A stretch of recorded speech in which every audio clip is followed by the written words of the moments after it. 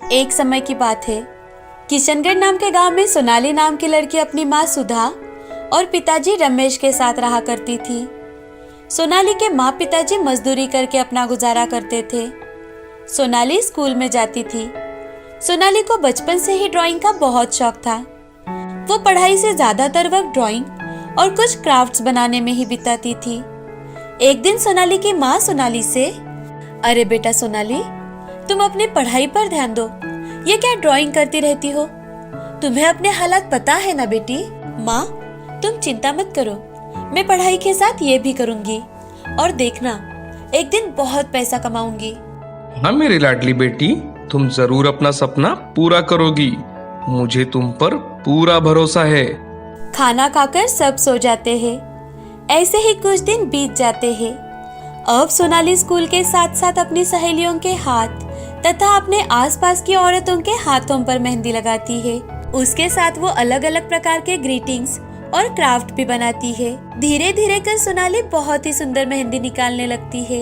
एक दिन सोनाली की दोस्त माया उसके घर आती है और वो सोनाली से, सोनाली, मुझे एक शादी में जाना है और हाँ, मुझे सिर्फ और सिर्फ तुम्हारे ही हाथों से मेहंदी निकालनी है। हाँ माया, जरूर, क्यों नहीं, आओ मैं तुम्हें अभी मेहंदी निकाल कर देती हूँ। सोनाली माया के हाथों पर बहुत ही सुंदर मेहंदी निकाल कर देती है। सोनाली मेहंदी के साथ साथ रंगोली भी बहुत अच्छी निकालती थी। अब ऐसे ही कुछ साल बीत जाते हैं और सोनाली बड़ी हो जाती है। वो अपनी पढ़ाई भी पूरी कर लेती है और एक जॉब भी करने लगती है। एक दिन रमेश का दोस्त रघु घर आता है। अरे रमेश भाई, घर पर हो क्या? अरे रघु चाचा, आओ ना, बहुत दिनों बाद आना हुआ आपका। अरे सोनाली बिटिया, कैसी हो तुम? मैं ठीक हूँ चाचा। तभी रमेश वहाँ आता है।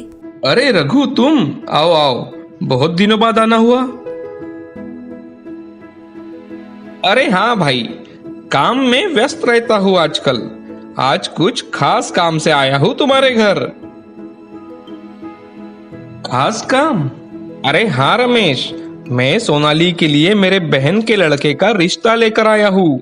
सूरत शहर में अच्छी नौकरी करता है और उसके माँ पिताजी गांव में रहते हैं। लड़का बहुत अच्छा है। अगर तुम कहो तो मैं इस रविवार को उसको बुला लेता हूँ। अरे वाह, ये तो बहुत अच्छा है। मैंने सूरज को खुद देखा है और दीदी को तो मैं बहुत अच्छे से जानता हूँ। अच्छा, तो मैं उनको इस रविवार को बुला लेता हूँ। चलो अब मैं चलता हूँ, बहुत काम पड़े हुए हैं। ऐसा कहकर रघु वहाँ से चला जाता है। रमेश और सुधा बहुत खुश हो जाते हैं। अगले ही रविवार सूरज अपने माँ पिताजी के साथ सोनाली को देखने आ जाता है।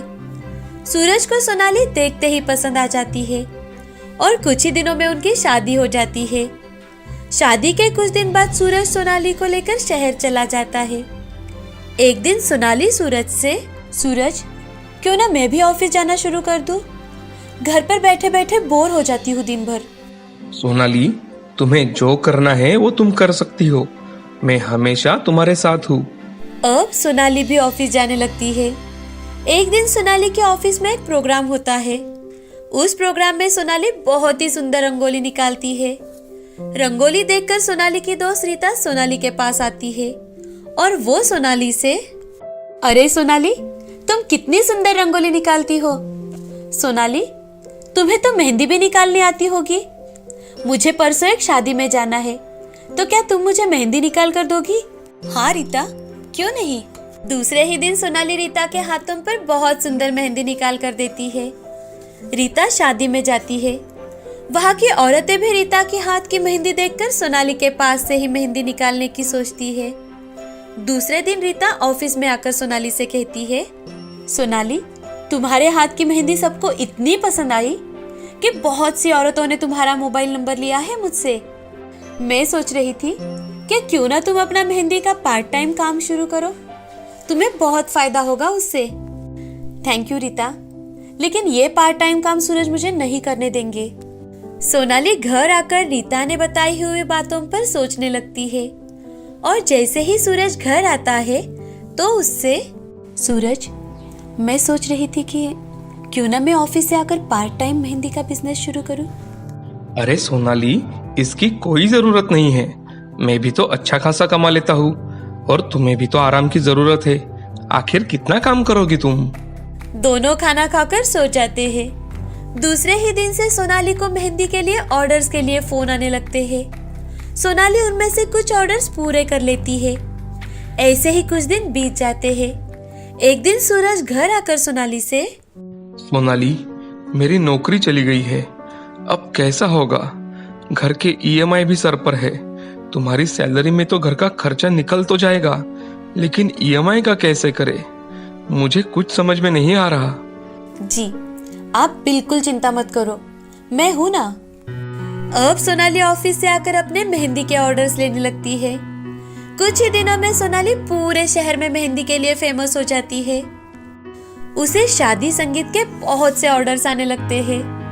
अब सोनाली अपना जॉब छोड़कर शहर के बीचों बीच एक दुकान लेती है और अपना मेहंदी का बिजनेस करने लगती है। उसकी ये सफलता देखकर सूरज भी बहुत खुश हो जाता है। सोनाली, मुझे लगता था इस मेहंदी से तुम कितना कमा पाओगी, लेकिन मैं जितना कमाता था उससे कई ज्यादा तुम कमा लेती हो। सूरज, मुझे हमेशा से इसमें करियर करना था, लेकिन घर के हालात देखकर मैं कुछ नहीं कर पाई। सोनाली, अब तुम्हें जो करना है वो करो। मैं तुम्हारे साथ हूँ।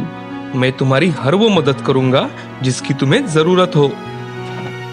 सूरज सोनाली को गले लगा लेता है और दोनों खुशी खुशी अपना जीवन बिताते हैं।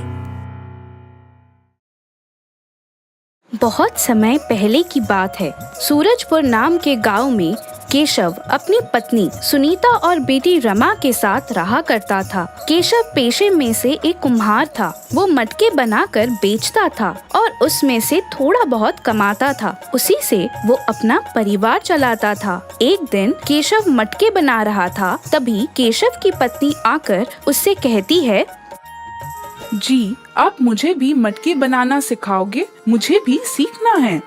अच्छा ठीक है, तुम मुझे मटके बनाते समय देख देख कर तुम भी सीख लिया करो। ठीक है। माँ, मुझे भी सीखना है मटका बनाना। अरे नहीं बेटा, तुम अभी बहुत छोटी हो। सुनीता केशव के साथ मिलकर मटका बना लेती है। जी जरा देखिए तो, मेरा मटका कितना अलग ही बन गया है। अरे वाह भाग्यवान, तुमने तो बहुत अच्छा मटका बनाया है। माँ, अब इस पर थोड़ा डिजाइन करते हैं। रमा और सुनीता उस पर डिजाइन करती हैं और उन मटकों को रंग देती है। दूसरे दिन केशव मटके बेचने के लिए जाता है। जी भैया, मुझे वो गोल वाला मटका दे दो। भैया, मुझे ही लाल रंग का डिजाइन वाला मटका दे दो। उस दिन से केशव के पास के सारे मटके बेचे जाते हैं। ऐसे ही कुछ दिन बीत जाते हैं। अब सुनीता की मदद से केशव मटके बनाकर बेचने लगा था और उससे थोड़े पैसे मिला करते थे। एक दिन रमा स्कूल में जाती है, तभी उसकी सहेली श्रेया उससे कहती है, रमा, तुझे पता है कल मेरे पापा फ्रिज लेकर आए। उसमें बहुत ठंडा पानी होता है और सब्जियां भी कई दिनों तक रहती है। फिर तो एक लड़की बहुत मजे करेगी। अब रमा, स्कूल के बाद तुम मेरे घर चलो, मैं तुम्हें ठंडा पानी पिलाऊंगी। वैसे भी गर्मी का मौसम है। हाँ श्रेया, मैं जरूर आऊंगी। शाम को स्कूल खत्म होने के बाद रमा श्रेया के घर जाती है। तभी श्रेया उससे उनका फ्रिज दिखाती है और ठंडा पानी पिलाती है। तभी रमा, हाँ श्रेया, सच में बहुत अच्छा है तेरा फ्रिज। मैं भी मेरे पिताजी को बोलूंगी फ्रिज खरीदने को। अरे तुझे पता है कितना महंगा है वो फ्रिज? पूरे 20,000 का। इतना तो तेरे पिताजी भी साल भर में नहीं कमाते होंगे। श्रेया की माँ की बात सुनकर रमा को बहुत दुख होता है और वो वहाँ से घर चली जाती है। घर आकर, अरे क्या हुआ मेरी लाडली को? आज बहुत शांत है मेरी बिटिया। क्या हुआ बेटी, तुम्हारी तबीयत तो ठीक है ना बेटा? ठीक है माँ। जी, लगता है आज रमा को कुछ हुआ है, नहीं तो रमा इतनी शांत कभी नहीं रहती। हाँ, मुझे भी वैसे ही लग रहा है। पापा, पता है आज मैं श्रेया के घर गई थी। उसके पापा ने एक बहुत बड़ा फ्रिज लिया है और उसमें बहुत ठंडा पानी होता है। सब्जियां भी ताज़ा रहती है। हमारे लिए भी खरीदो ना फ्रिज। बिटिया, फ्रिज बहुत महंगा आता है और हमारी उतनी कमाई नहीं है बेटा। और ऊपर से उसे बिजली भी लगती है। लेकिन पिताजी, मुझे फ्रिज चाहिए। आप कल जाकर हमारे लिए फ्रिज खरीद कर लाओ। लेकिन बिटिया, हमारे पास इतने पैसे नहीं हैं। तो फिर हम इतने गरीब क्यों हैं? आपके पास जब देखो तब पैसे ही नहीं रहते। तुम्हें फ्रिज चाहिए ना? मैं अपने हाथों से तुम्हारे लिए फ्रिज बनाऊंगी, मिट्टी का फ्रिज। अरे भाग्यवान, तुम कुछ भी क्यों बोल रही हो उसे? अजी सच में, मैं अपनी लाडली के लिए अपने हाथों से फ्रिज बनाऊंगी। दूसरे दिन सुनीता मिट्टी का फ्रिज बनाती है। उसमें वो सब इलेक्ट्रिक फ्रिज जैसा ही बनाती है। उसमें सब्जियां भी बहुत दिन तक रह सके ऐसा बनाती है। रमा स्कूल से आकर देखती है तो मिट्टी का फ्रिज देखकर वो बहुत खुश हो जाती है। रमा फ्रिज खोलकर देखती है। माँ, आपने फ्रिज बना भी लिया, ये तो बहुत अच्छा है। रमा फ्रिज का पानी पीती है तो उसे बहुत ठंडा लगता है। रमा खुश होकर उछलने लगती है। माँ, अगर ये फ्रिज हम मटके के साथ बाजार में बेचने जाएंगे तो हमारे पास अच्छे खासे पैसे भी आ जाएंगे। हाँ रे मेरी लाडली, ये तूने बिल्कुल सच कहा। अब केशव और सुनीता और 4-5 फ्रिज बनाकर बाजार में बेचने लगते हैं।